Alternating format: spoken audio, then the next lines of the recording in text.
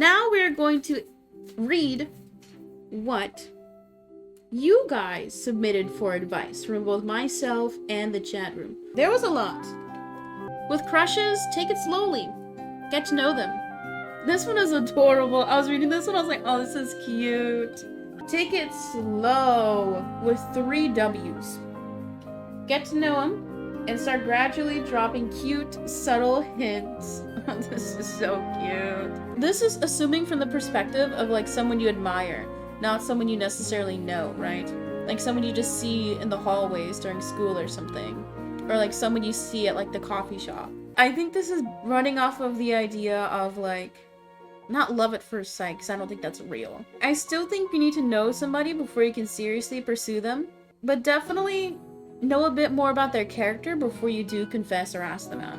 Because you never know what somebody's gonna be like once you see their true colors, right? If you see a red flag, get out. Once you encounter a red flag, like one that you wouldn't let slide if you were meeting a new friend, then don't let your partner do it either. It could lead to future fights or a possible breakup. I think you also need to identify what your personal red flags and boundaries are. For example, a red flag could be texting you too much, or looking through your phone, calling you names, because those aren't necessarily more extreme forms of abuse, but they are signs of an unhealthy partner. There are like lists of red flags you can see online, talk to your friends, but identify what your deal breakers are and stick to them. Because if you let things slide, then your partner will understand that you don't respect your personal boundaries and they will keep pushing those boundaries. Like there are obviously some flags that are more serious. Like I guess you could say a light red flag could be somebody being rude to service workers. That's kind of like scummy, but that's not gonna harm you. Versus a like more severe one to where maybe they punch walls. That one could harm you one day. So you need to like identify what your red flags are. Identify what your deal breakers are. Deal breakers being red flags that you will not tolerate. And then identify which red flags you feel, not that you can look past, but that you can understand. Because there is no such thing as a perfect person. If you're waiting to find the perfect person, that's not gonna happen. Life is meant to be turbulent. Everybody goes through trauma. Everybody has negative and positive life experiences. So you can't expect somebody to be perfect, but then you also can't expect to change somebody. I'm perfect, Kappa. Is having no friends a red flag? That's one that I've seen. That's what I'm kind of scared about because I don't have many friends. I only really talk to one person regularly. Everybody else I don't really talk to. It's hard because it's something that is my red flag. I have no friends. You need to identify why they don't have many friends and figure out why they have difficulty maintaining those friendships. Because it could be an issue of that individual not being able to communicate properly, respecting boundaries between like friends or partners, or maybe they're just voluntarily isolating themselves. I isolate myself. You know, depression and anxiety does that, and it sucks. Identify what you want in a partner. Have unbreakables, things that someone has to have for you to be with them. Example, emotional intelligence, aligned political thinking, etc. Figure out what you want from your partner in the sense of, do you want something casual? Do you want someone who will like emotionally support you? Do you want somebody to spend time with? Do you want somebody to like go out and have fun with? Because you don't want to go into the relationship having different expectations. The cliche of, oh, we are hooking up, we are banging, but I caught feelings, uh-oh. If that happens, then that means having something casual was not what you wanted, inherently. You need to figure out what you want before you pursue somebody and potentially hurt them or hurt yourself. Because you don't want to try a relationship if they're like too immature and you want somebody more mature. You don't want to pursue somebody if they have red flags.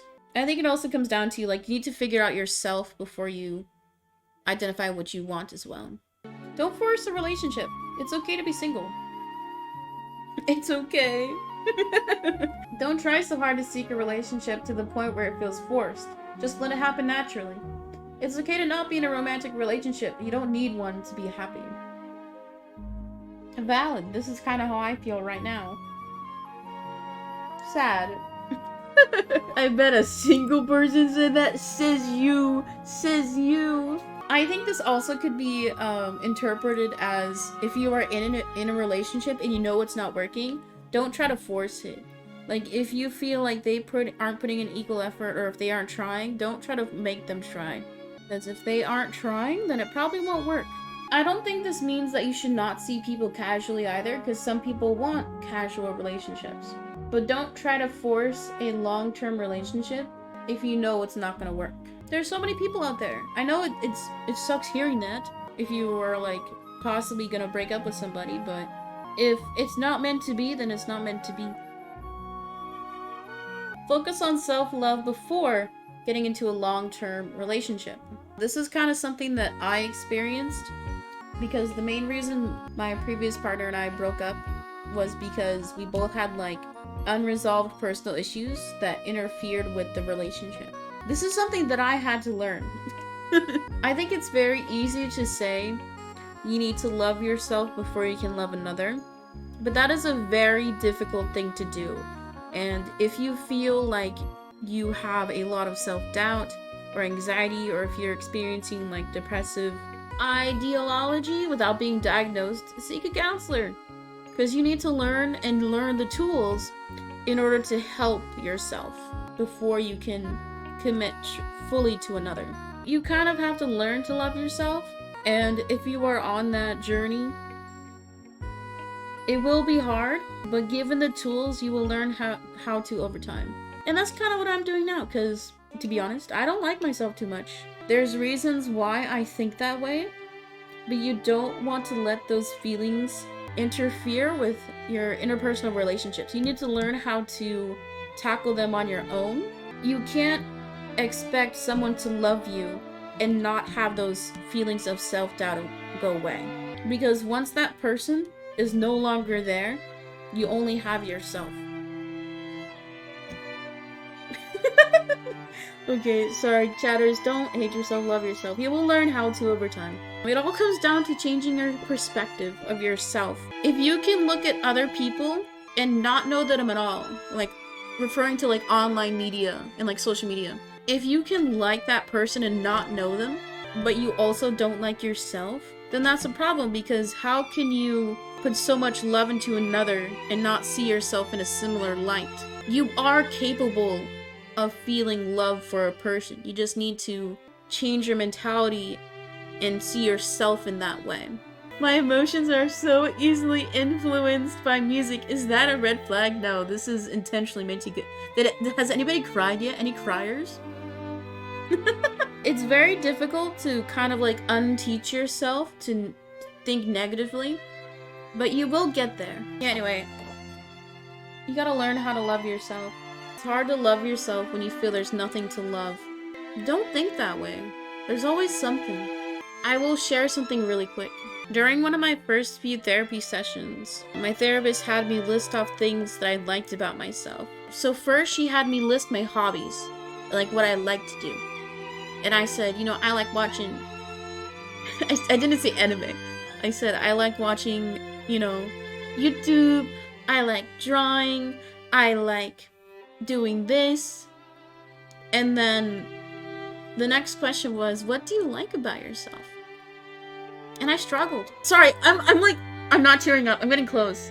So I struggled to like list 3 things. I put, you know, I was like, I think I'm caring. I think I'm empathetic. And then I struggled with the 3rd thing. She was like, that's okay. She's like, you know, you just said you like drawing, so you're creative. That's an admirable thing. Obviously, in that scenario, like, I had an outside person, like, talking to me directly. But after she said that and pointed it out, it kind of forced me to reflect and be like, oh, that's how other people see me. You're always going to be hyper-focused on your own self-perspective, but you also need to acknowledge what other people see in you. This one, don't. Interesting. So maybe they got burned in the past, or maybe they haven't found someone yet, or someone hasn't found them. Similar to the one earlier, don't force a relationship if you aren't ready or they aren't ready. I think this person was hurt. Yeah, I think so too. In a bigger sense, don't be scared to fall for someone. I think the better thing is don't be scared. And don't be immediately opposed to the idea of having somebody care for you. Because there always will be somebody. Whether it be platonic or romantic. Someone who loves you would never hurt you. I think this could be interpreted in many ways. Like emotionally. Like someone who has cheated on you.